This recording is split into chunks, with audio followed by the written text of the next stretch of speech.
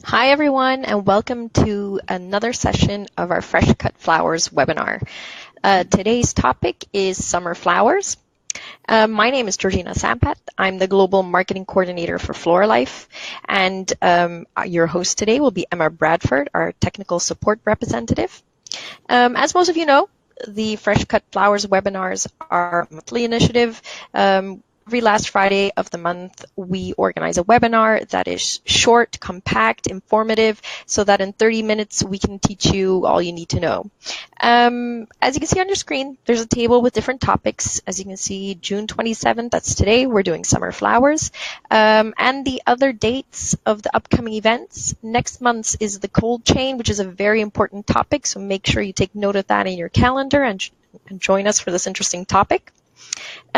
During the presentation, if you have any questions, please feel free to share them with us. There's a chat function that you can type your questions in, and at the very end, Emma will have about 15 minutes to answer any of your questions. Just wanted to let you know as well that we are recording the webinar. Once we've finished with downloading it and uploading it to YouTube, I'll definitely share the link with you so you can enjoy the presentation again. I will give the floor to Emma. Take it away. Thank you, Georgina. So, hello, welcome to the 5th webinar in our series. As Georgina just mentioned, my name is Emma Bradford, and today I will be talking to you about summer flowers. So, going over our little roadmap of where I'll be taking you today. Firstly, I'll go over some general care and handling of flowers of all types. Then I'll discuss some specific considerations for peonies, sunflowers, asters, delphiniums, and sweet peas. And then lastly, I'll end with our favorite fun facts. So, let's start at the very beginning.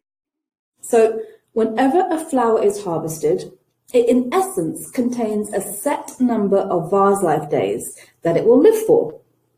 Now, how many days that is depends firstly on the type of crop it is. So for instance, is it a carnation or a chrysanthemum? And these will have more days in them than if it's a rose or a tulip, for instance. And that's just because carnations and chrysanthemums are genetically predisposed to having a longer Vars life. Secondly, which variety within that crop is it? And I think we can all name particular varieties of rose, for instance, which are long-lived and those which fail quite quickly. And I know a couple. And then lastly, the environment and growing conditions in which it was raised also affects how many days of Vars life a flower will have. So you've harvested your flower, and now the Vars life clock is ticking. Now, you can't stop it, but you can prevent it from speeding up by treating it correctly at every step of the chain. So, from the field to the pack house, to the wholesaler, to the bouquet operation, to the supermarket or the florist, and then lastly to the consumer, that's a lot of hands for your flowers to pass through. And that's a lot of places where flowers can be mistreated. Now, each time a flower is not handled correctly, the Vars life clock speeds up and Vars life gets shortened. So how should flowers be treated? Well, it starts with hygiene. Clean cutting tools, clean buckets, clean water, and clean walk spaces. Now remember, you can use Floralife cleaners like the Cleaner Plus or DCD to clean tools and buckets. But also, dead plant debris can increase humidity in work areas and could potentially spread pathogens. So it's important to clear stripped leaves and stem pieces from your workspace regularly throughout the day. Next, always treat cut stems with a correctly dosed flower food. Now, choose a formula to suit which step of the chain you are treating them in. So at the grower level, the main goal will be hydration. So you should use a hydration solution, such as the Floralife HydroFlor 100 or the Express 100. On the other hand, wholesalers, bouquet operations and florists should use a transit and storage solution. such as the Floral Life Express 200. Now, during the last webinar, I went over the 3 main types of post-harvest product and how they differ. So if you'd like to hear more information, I recommend that you listen to the last webinar on wedding flowers to learn more. And you can find all of our past webinars from this series, plus other informative videos on the Floral Life channel on YouTube. The next most important factor in preserving vase life is temperature. Cut flowers must be stored at 1 to 3 degrees and in a relative humidity of 75 to 85%. Think of storing flowers in a chiller as your way of preventing that vase life clock that I talked about from speeding up. Now remember, we can't slow it down, but we can prevent it from speeding up.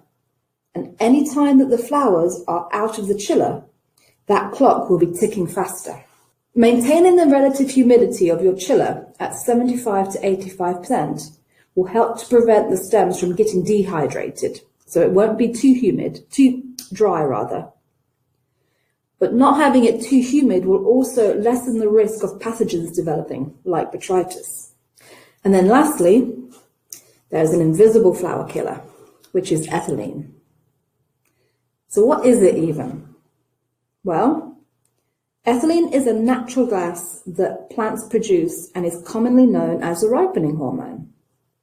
So it's great if your goal is to grow and ripen fruit, but terrible if your goal is to keep flowers looking pretty. Now, to explain a bit more, the whole purpose of flowers is to attract pollinators so that the plant can get pollinated and produce seeds so it can reproduce.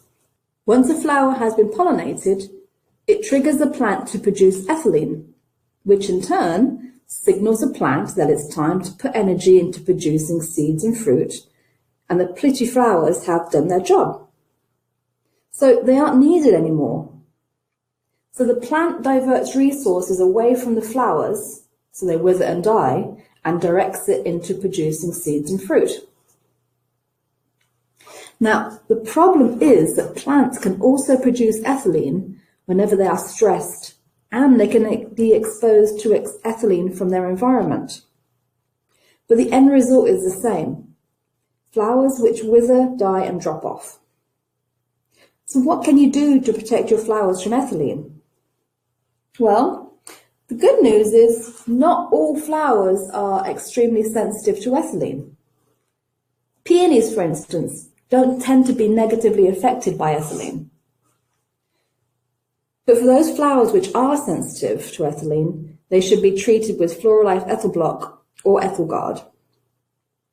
Now, these are both products which are used at the grower level, so make sure to ask your flower suppliers to treat all sensitive crops against ethylene. And then lastly, you can see that the biggest picture on this slide is of a vase of peonies in someone's home.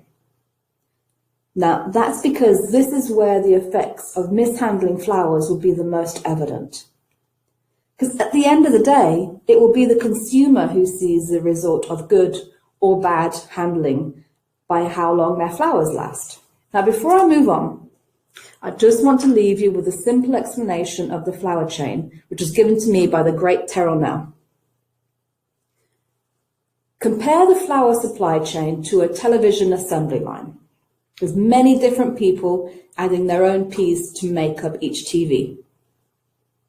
It's the same with flowers. Each pair of hands that they pass through has a purpose. The big difference between the two is that once a TV is completed, you can plug it in, turn it on, and verify that it works and that everyone added their piece correctly. But we can't do this with flowers. So it's critical that every person handling flowers throughout the chain does it correctly. Now you know about basic care and handling, let's look at some pretty flowers, starting with peonies. So what can I tell you about peonies? Well, just like with roses, get to know your varieties. So I've added a few commonly used varieties on this slide, but there are many others, and they each behave slightly differently. Some change colour over time, like Coral Charm, which fades to cream from a very vibrant coral. But for peonies, hydration is key. So ensuring that they get a good drink of hydration or transit solution will benefit them, as well as using Floral Life Quick Dip, which will help to open up the xylem vessels. Now for peonies, the cut stage is critical. Harvest them too tightly and they will fail to open. Cut them too open and then they could suffer mechanical damage in transit. Now, typically they're harvested with when some colour is showing, but in addition to the amount of colour that's showing, the buds are also assessed for their softness, and ripe buds should be the consistency of a firm marshmallow, for instance. Now, one issue you might see on peonies is petal browning. Now, it was once thought to be due to botrytis, and although botrytis does occur, its symptoms are very distinctive. So here you can see the three characteristic types of petal browning. On the left is what we call natural petal browning, and that is due to natural senescence. And there are no pathogens involved with that at all. Now, as you can see, it's a pale brown, and it tends to be uniform all around the outer petals. So very gradual, uniform pale browning. In the center, you can see a botrytis infection. Now, it's a much darker brown, typically tends to be close to the base of the flower, and it progresses very quickly. So once you see it, within a day or two, that whole base of that flower will be rotted and generally will fall off. But on the right, you can see an example of a leaf-borne pathogen on the outer petals. Now, these spots are also a darker brown than what you would see on the natural senescence, but because it's a weaker pathogen than botrytis, and because it prefers to live on leaves, it will not progress as botrytis does. And typically, these spots aren't larger than about 3 centimetres or just over an inch in diameter, and they don't progress. They will just stay at that size. Now, we have my colleague Dina Gomez to thank for all these insights and the extensive work she has done on peonies over the last 3 years. So thank you for that, Dina. It's been invaluable. Moving on to sunflowers, the happy chappy. Now, how care and handling for these guys differs is that they are harvested tight and stored in ambient temperatures until the desired opening has been reached. Then, once that happens, they are put into storage at 1 to 3 degrees just to hold them. Also, sunflowers have a reputation for being dirty, which is true, but it's not all their fault. Because sunflowers tend to be grown outdoors, they are naturally exposed to bacterial contamination from the environment. Plus, they are quite hairy. You could say they are the bears of the flower world. And all those hairs provide additional surface area for bacteria to land on. So good hygiene practices and making sure to always use clean water and post-harvest solution is key. Matsumoto Asters, the kawaii flower. And for those who don't know, kawaii is the culture of cuteness in Japan, which is a fitting way of describing this charming flower. Although it's grown year-round in some areas, it's a summer-grown flower here in the UK, so that's why it is in the summer programme. For these, you can follow the full general care and handling protocol with just a couple of additional considerations. So one, as with the sunflowers, they can be prone to carrying bacteria, and this can cause foliar issues and breakdown. So avoid overcrowding in buckets and instead allow enough space between the stems to allow airflow so that you don't get any pockets of moisture. 2, they are susceptible to gravitropism. Now, that's just a sciencey way of saying that they bend upwards when they're stored on their side. So they just need to be stored upright in a bucket to prevent this from happening. So it's true, there are very few true blue flowers out there. Delphiniums definitely fit this bill. So the most important thing you need to know about delphiniums is that they are very ethylene sensitive. Remember I waffled on about how ethylene is a ripening hormone a few slides ago? Well, if you've ever picked delphinium out of your garden, ethylene is the reason that all the petals dropped off in just a few days. Now, commercially grown delphiniums have to be treated with an anti-ethylene treatment, such as the Vars Life Ethyl Block or Ethyl Guard, and this needs to be done immediately after harvest. Once that's been done, you can follow the general care and handling protocol, just as with other flowers. If you find you have any issues, first ensure that your grower is using an anti-ethylene treatment. Sweet peas. Now, these lovely fragrant cut flowers are also ethylene sensitive, just like the delphiniums, and they must be treated with an anti-ethylene treatment as well.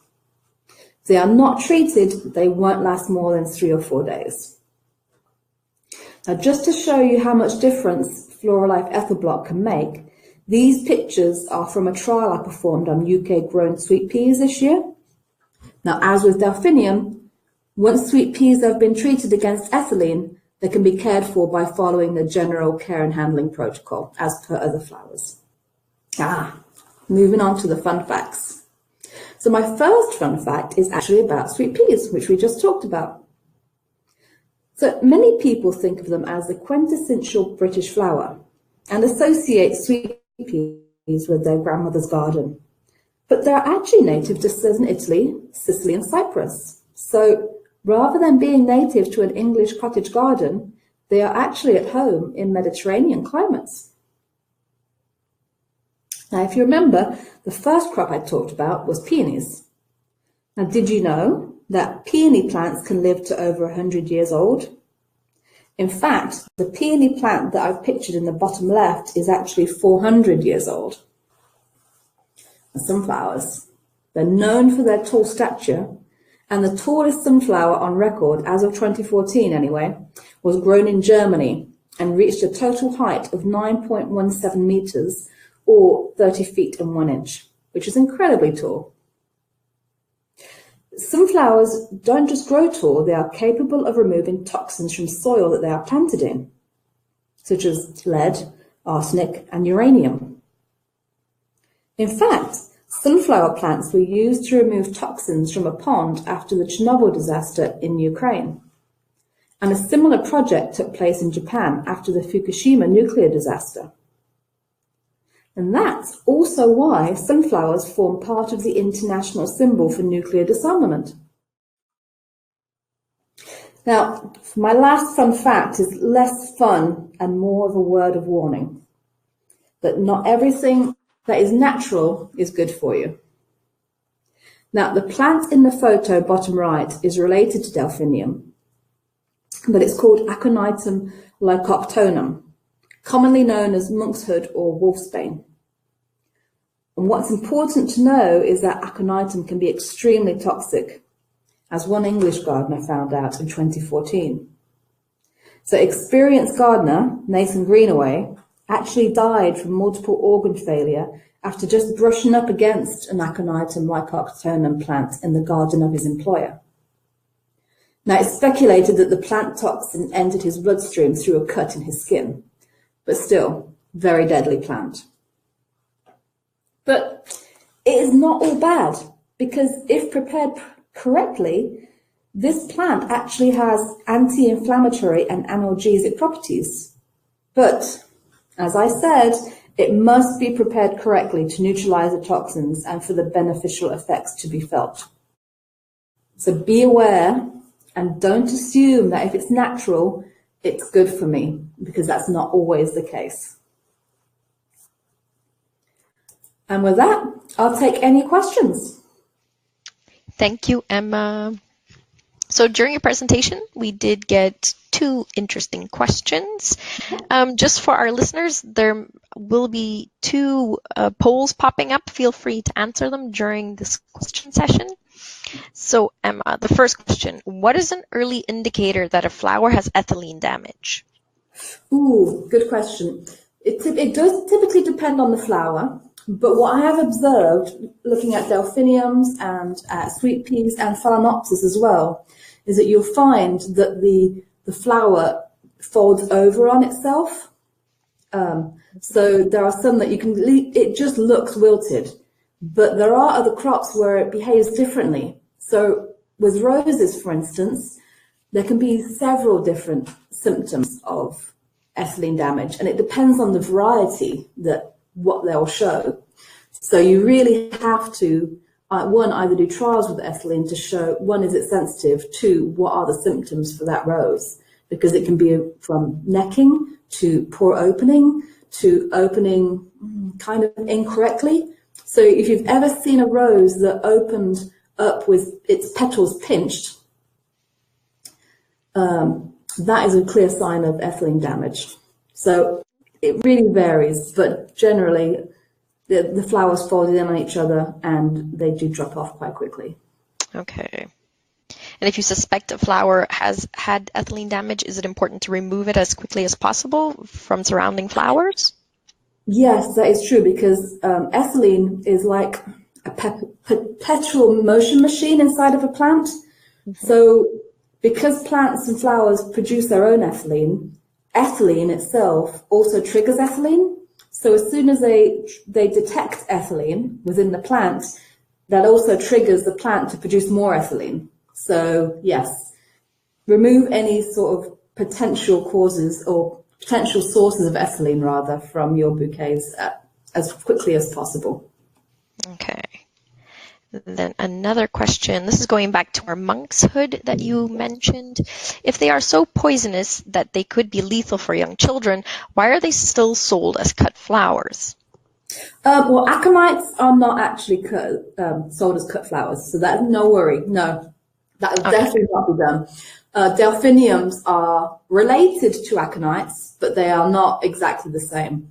So they are more of a garden plant, and I would say a rare garden plant. They're not commonly sold in garden centres, but it is something good to know. Mm-hmm. Okay, that was it. Thank you everyone for joining us. And Emma, thank you for the very interesting presentation. Oh, wait, someone just replied, I just bought some monk's hood from a wholesaler in Singapore. Oh, okay, good to know. Yeah, creepy. Yeah. But be very careful. Definitely handle it with gloves. Yes, if you want to, then warn whoever is receiving it that, handle it very carefully. Keep it out of reach of young children and pets. Good one, yeah. Okay. So thank you, everyone. Thank you, Emma. And we hope to see you next month. Thank you. Bye. Bye-bye.